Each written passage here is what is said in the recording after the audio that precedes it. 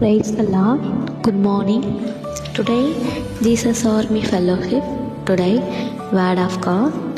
சங்கீதம் 85 அதிகாரம் 12 கர்த்தர் நன்மையானதை தருவார், நம்முடைய தேசம் தன் பலனை கொடுக்கும்.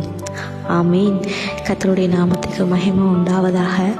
இந்த நாளிலும் இந்த சத்தத்தை கேட்டுக்கொண்டிருக்க தேவனுடைய பிள்ளைகளை கர்த்தர் நமக்கு நன்மையானதை இந்த நாளில் தருவாராம்.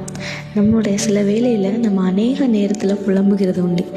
எனக்கே ஏசப்பா இந்த வாழ்க்கை, எனக்கே இவ்வளோ கஷ்டம், எனக்கே இவ்வளோ கண்ணீர், எனக்கே இவ்வளோ போராட்டம் என்று நீங்கள் சொல்லலாம். ஆண்டவர் உங்களை பார்த்து சொல்கிறார், துக்க நாட்கள் முடிந்து போயிடுச்சு, நான் உனக்கு நன்மையானது செய்வேன் என்று ஆண்டவர் சொல்லுகிறார்.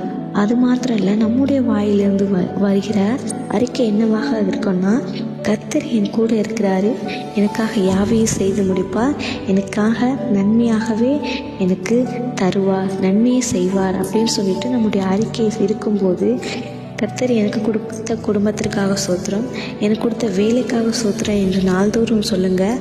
அப்போது நீங்கள் பலனை காண ஆரம்பிப்பீங்க. கர்த்தர் இந்த வார்த்தையை கொண்டு உங்களை ஆசீர்வதிப்பாராக. ஆமீன். God bless you.